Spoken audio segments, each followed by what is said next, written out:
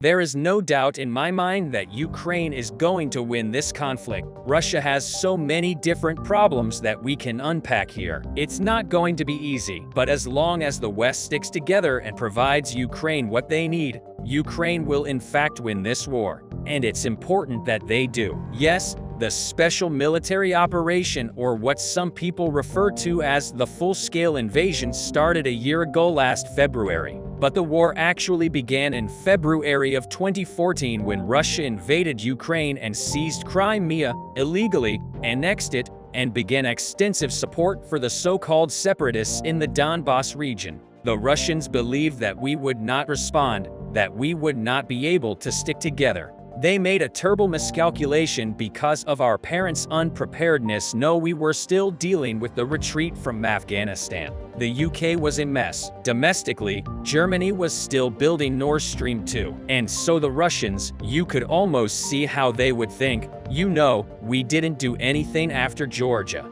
We probably would not respond, and we didn't do anything after 2014. So we probably wouldn't really respond or be able to stick together. Ben Hodges is a retired U.S. Army lieutenant general who served as the commanding general of the United States Army in Europe from 2014 to 2017. He is currently an expert on European security and frequently shares his insights on various international conflicts in the passage provided. Hodges discusses his perspective on the ongoing conflict between Ukraine and Russia. Hodges expressed his confidence in Ukraine's ability to win the war against Russia, despite the challenges it faces. He believes that the West, including the US, UK, and Germany, will continue to provide essential support to Ukraine. Hodges reminds us that the conflict began in 2014 when Russia invaded Ukraine and illegally annexed Crimea. He suggests that Russia's decision to invade was a miscalculation based on the assumption that Western countries would not respond due to their preoccupation with other issues. Hodges points out that after 9 years, Russia still only controls a small portion of Ukraine, despite having multiple advantages. And then, of course, their annexation of Crimea has given them the most important, decisive part of Ukraine. And it changes everything. That it gives them an advantage in the economic sphere as well as the military sphere. And then finally, there still are a lot of good, smart, well-intentioned people that just can't imagine that Ukraine will defeat Russia. It's just too big. But this has been going on for 9 years, and Russia only controls somewhere between 15 and 20% of Ukraine, despite having all the advantages. And so I think when you take a look at that, after 9 years, they still have not sorted out most of their major problems. This is part of the reason why I'm optimistic about Ukraine. According to Hodges, US tanks will not be a significant factor in the conflict, as they will likely not arrive until the end of the year.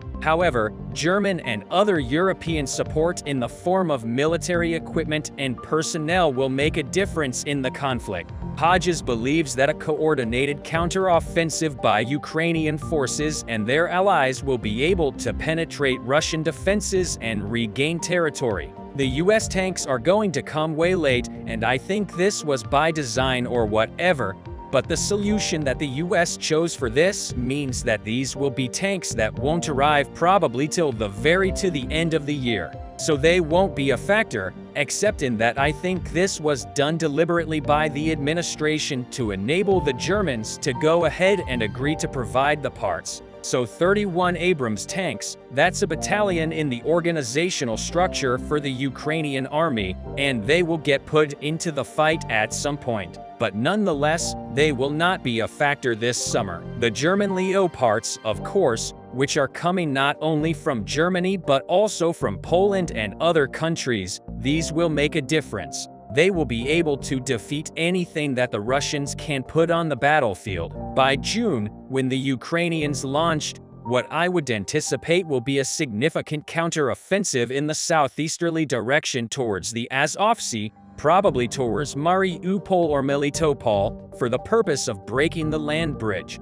They will have at least 3 or 4 brigades of their own equipment Ukrainian tanks, infantry fighting vehicles, as well as a huge number that they captured from the Russians. And then there's probably a brigade which is 2,000 to 3,000 troops, but you could call a European brigade made up of the French, the German, the British and American armored vehicles, and that will be enough, I believe, to be able to penetrate Russian defenses on a very narrow front in June. Hodges also discusses the limited support Russia has received from other countries such as Iran, North Korea and Belarus. He emphasizes the significance of Ukraine having the backing of 52 nations in comparison. One of the reasons I am so optimistic about Ukraine's chances is that they have 52 countries supporting them. Russia has the ones you just named. Iran is providing drones, which is really a comment in and of itself that Russia has to import drones from Iran.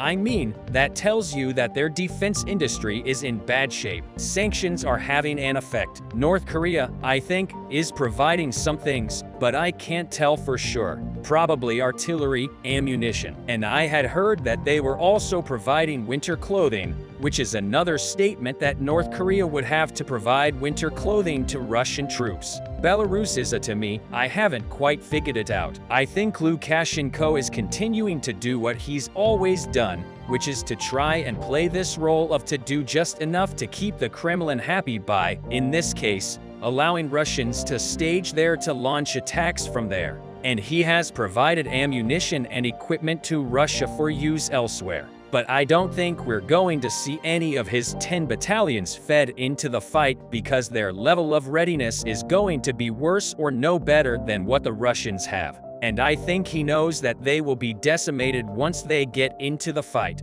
And I think also he may be concerned that they won't actually fight because they don't have the same sort of animosity or the reason between Belarus and Ukraine that Russia has. But he also, of course, is going to be worried about getting annexed by Russia. So I think he'll have to continue to play that game. Interestingly, finally to China, I thought it was significant that Secretary Blinken made a public announcement while he was there at Munich saying that we know that the Chinese are considering providing lethal aid. Now, if somebody like Secretary Blinken to say that means that they have hard intelligence that would say that. And so I think by announcing it the way he did, it had the same effect as when the US and UK started releasing intelligence about Russia a year ago that put the Russians on their heels. Hodges further addressed his concerns about China's potential involvement and Russia's possible use of nuclear weapons. He believes that both China and Russia are aware of the potential consequences of such actions and are unlikely to escalate the conflict to that level.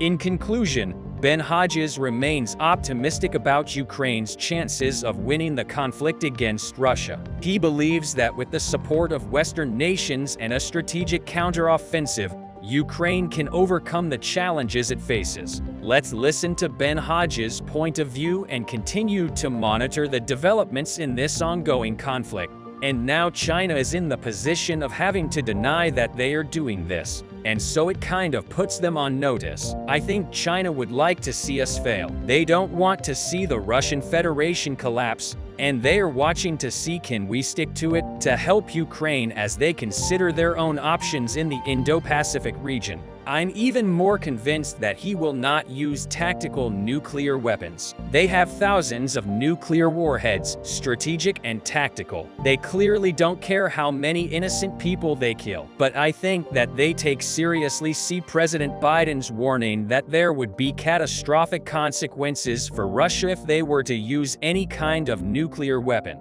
I think they take that seriously, and from a practical standpoint, there is no battlefield advantage for Russia to use a tactical nuclear weapon. It won't change anything on the ground except it kills a few more innocent people, damages a few more buildings and towns. But it won't change anything on the ground. I think that people around Putin realize this. If there's no good outcome for them in anything once they use it. As long as they don't use it, though, they can see that we are very, very concerned. So we're kind of on the margins of giving into nuclear blackmail. That would be a very dangerous situation. So I think the administration is eventually going to push through all that. and simultaneously we should be communicating directly, and maybe they are privately, directly to all the elites, all the people around Putin, telling them if he uses a nuke, if you enable or tolerate or allow him to use a nuclear weapon in, all of you are going to hang as well. After the War Crimes Tribunal finishes their job, you're going to be up there on the gallows with him. They need to feel there is no impunity for them. Vladimir Putin is withdrawing his troops from Ukrainian territory. A red alert has been issued in the Kremlin palace after the pro-Ukrainian Russian Freedom Legion soldiers captured the Russian city of Belgorod by order of Vladimir Putin. 25,000 Russian troops are withdrawing from Ukrainian territory. In the past days, pro-Ukrainian soldiers of the Russian Freedom Legion managed to infiltrate into Russia and captured 3 different towns in the city of Belgorod on the Russian border with Ukraine. The war that has been going on for 16 months in Ukraine has now officially spread to Russia. Russian leader Vladimir Putin has decided to withdraw nearly 25,000 Russian troops from Ukrainian territory to ensure the security of the city of Belgorod. Before getting into the details of the news, let's give a brief information about the operation that led to Putin's decision to withdraw soldiers of the Russian Freedom Legion who have been fighting against Russian forces and the Russian border city of Ukraine for a long time. Neutralized Russian soldiers in a town in Kharkov. Ukrainian soldiers who captured Russian soldiers in the Chu region of Kharkov managed to infiltrate the Russian borders with an interesting strategy. Wearing the uniforms of the soldiers they captured, Ukrainian soldiers moved smoothly to the city of Belgorod on the Russian border. Ukrainian soldiers who organized separate operations in 3 different towns in Belgorod managed to push back the Russian forces there. The Belgorod regional governor, Vyacheslav Gladkov, declared a state of emergency in the region and requested military support, stating that the situation has gotten very bad and Ukrainian soldiers continue to advance. Gladkov announced that they have started evacuating civilians. Russian troops stationed in the city of Belgorod were unable to stop the advance of pro-Ukrainian troops. Thus, on the orders of Vladimir Putin, it was planned to withdraw Russian troops from Kharkov to Belgorod. Acting on Putin's order, Russian General Valery Gerasimov withdrew nearly 25,000 Russian troops from the city of Kharkov. The hot clashes that have been going on in the Russian city of Belgorod for several days have been closely followed by the Kremlin palace. The Ukrainian army has not only deployed troops here, but also military equipment such as helicopters and unmanned combat drones. The Russian army's loss of control here poses a major threat to Putin. The statements made by the commander of the pro-Ukrainian Russian Free Legion, which managed to capture the region, have caused Putin to be even more afraid. In his statement, the Ukrainian commanders stated that they have taken action to end the Putin regime and to regain Russia's freedom, and that they will continue to advance on Russian territory. Following the Ukrainian commander's statement, General Valery Gerasimov begun moving Russian troops from Belgorod to towns near the city center. However, these troops were not enough. On the other hand, the Ukrainian army continued its operations against the occupying Russian troops in the city of Kharkov. The Ukrainian army's deployment of troops in Belgorod caused the Russian troops in Kharkov to be squeezed. Thus, Putin decided to withdraw nearly 25,000 Russian troops from Kharkov. The withdrawal of the Russian forces in Kharkov, which had been under the control of the Russian army for a long time, was an unmissable opportunity for the Ukrainian army. However, the real reason for the withdrawal of these troops was to push back the Ukrainian troops stationed in Belgorod. General Gerasimov was willing to sacrifice the city of Kharkov to save Belgorod. Now, more than 25,000 Russian troops are joining the Russian troops stationed in Belgorod. These troops are expected to soon launch an offensive against Ukrainian towns captured by the Ukrainian army. Even if the Ukrainian army withdraws from Belgorod, most of Kharkov, which has been under Russian occupation for months, is now under Ukrainian control. Thus, the Ukrainian army was able to profit from this operation in every way. The Russian people are very afraid by the sudden spread of the war to Russia's borders. Fear and panic have gripped the citizens living in the Russian city of Belgorod, the border region of Russia and Ukraine. The successive operations of the Ukrainian army against the Russian forces have further frightened the Russian citizens in Belgorod. Russian troops occupying Ukrainian territory had to retreat to the city of Belgorod when they lost these fronts. And the Russian people who saw the Russian troops retreating here became even more worried with the withdrawal of the Russian troops. Citizens who think that the war will spread to the borders of Russia are now in a panic. But it seems that this is not the only reason. According to the statements of investigative journalists who went to the city of Belgorod with the withdrawal of Russian troops,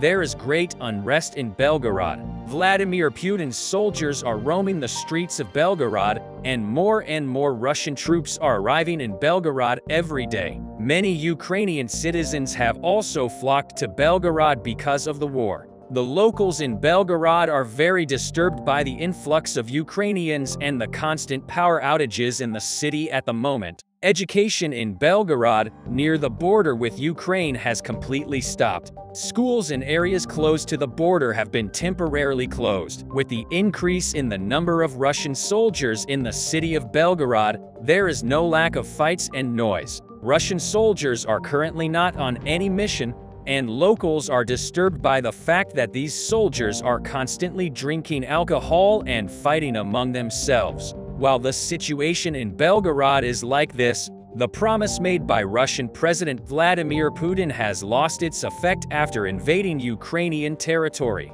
Putin said that he would allow Ukrainian citizens in the occupied territories to come to the city of Belgorod and enter the borders of Russia, and that these people would be given a certain amount of money. After Putin's words, many Ukrainian citizens who did not want to be caught in the middle of the war flocked to the city of Belgorod. But Putin decided to close the Belgorod border gates due to the unrest in Belgorod and the large number of refugees. The Russian army has stopped the entry to the city. Ukrainian citizens queuing for kilometers at the Belgorod border crossing do not yet know what to do. While Putin continues to deceive people by not keeping his promises to these people, he has made homeless. Since the beginning of the war, Putin has been sending Russian officials to the occupied regions of Ukraine to issue Russian passports to Ukrainian citizens. Putin's main goal is to hold an official referendum in the future to make the annexation of these cities accepted by the whole world.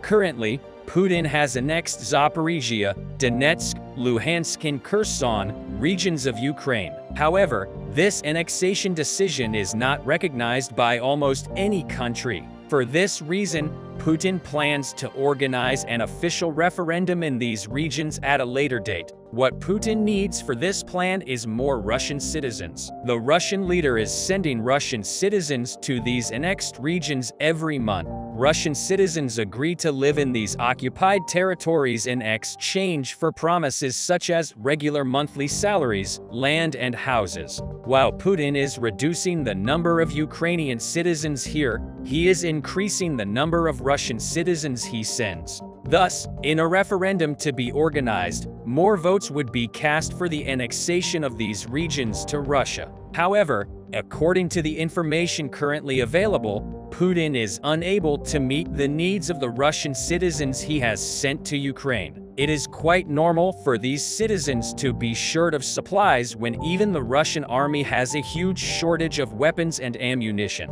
The workers sent to Ukraine by Putin have already started striking. Putin sent many Russian workers to Ukraine to rebuild the occupied territories. However, these workers have stopped working. Allegedly, the Russian government is not paying their salaries, so thousands of workers have decided to strike.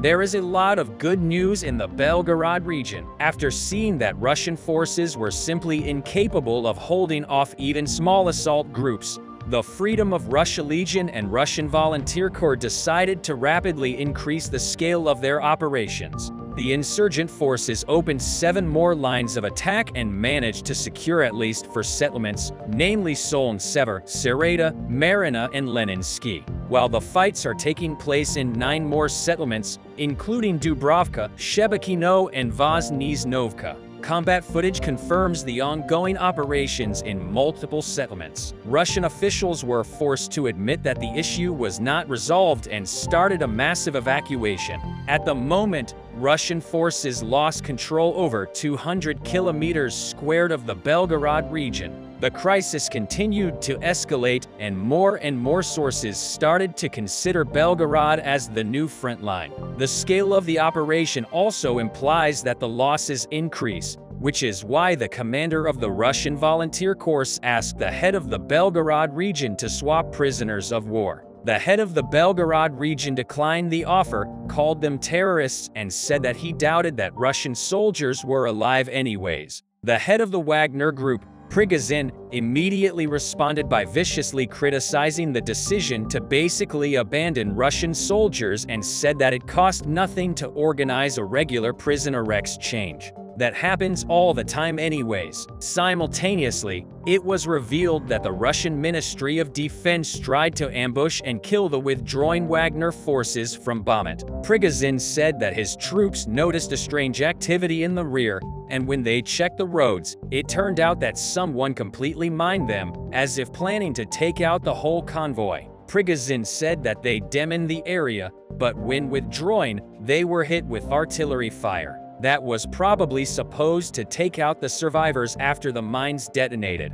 The Wagner forces conducted an internal raid and took captive the artillery crew that fired at them. Later, they showed a video with the commander of the Russian 72nd Brigade that confessed that a group of 12 people under his command fired at Wagner forces. Prigozhin saw an opportunity in all these situations and basically said that for security reasons, he would not report when and where his forces deploy, and that all operations would be conducted at his discretion, bypassing the Russian Ministry of Defense. Prigozhin immediately took action and started redeploying certain elements of his forces to the Belgorod region, claiming that if the Russian ministry could not do its job and protect the Russian people, then he would do it himself. The head of the Chechen Republic, Ramzan Kadyrov, recognized this opportunity as well and also said that he could help. In the meantime, Russian forces started losing Bakhmut. The moment the Wagner group withdrew from the city and the DPR units became solely responsible for Bakhmut, Ukrainians entered the southwestern part of the city. If you still remember, before withdrawing, Ukrainians made a very prudent decision by blowing up several high-rise buildings exactly in this area. Later, Ukrainian Air Force conducted an airstrike and completely demolished the rest of the buildings that could be used by Russians to protect the southern part of the city. Today, a commander from the Wagner group confirmed that Ukrainians entered the southern part of the city, which Wagner was previously holding. Russian analysts are extremely worried that Ukrainians will leverage these gains in order to conduct a pincer movement on Kievska and bridge the most formidable strongpoint without even storming it. Today, a fighter from the Adar battalion reported that they are exacerbating the situation by blocking the rotation process with artillery fire, and based on the intercepted radio exchanges, Russians in Kiev may soon abandon their positions from lack of food and sheer exhaustion. However, the biggest news by far comes from the south. Here, Ukrainians launched a series of mechanized assaults during the first stage of the offensive operation. Ukrainians opened 2 lines of attack toward Novogorgievka and Neskikny. Russian sources reported that Ukrainians used up to 2 motorized rifle companies with several T-72 tanks. As a result, Russian defense was breached and Russian troops retreated. Shortly, Ukrainians launched the second stage of the offensive operation and opened 4 lines of attack. 3rd Levadny, Pretner, Storazev, and Rivne. Ukrainians once again decided to use small company-sized units for each of their attacks. When it comes to the first two attacks, Ukrainians managed to get 3 kilometers deep into the region but ran into mines and decided to retreat. In storage of Russian forces received reinforcements, which they could quickly and easily do because there are a lot of settlements around it. So after a short engagement, Ukrainian forces retreated. Lastly, when it comes to appeal here, Ukrainians got into a trap and faced overwhelming artillery fire. As a result, Ukrainians lost 1 tank and 9 cars. Overall, Ukrainians managed to advance by 2 and in some places by 5 kilometers in 1 day and secure 2 settlements. Right now, Ukrainians need to define approach us to the next settlements on the line and suppress Russian artillery around Rivno. So far, this was just a reconnaissance in-force operation as the assault units were very light. Ukrainians also did not use seasoned assault units and heavy Western equipment, and they still managed to slice off multiple kilometers in one go.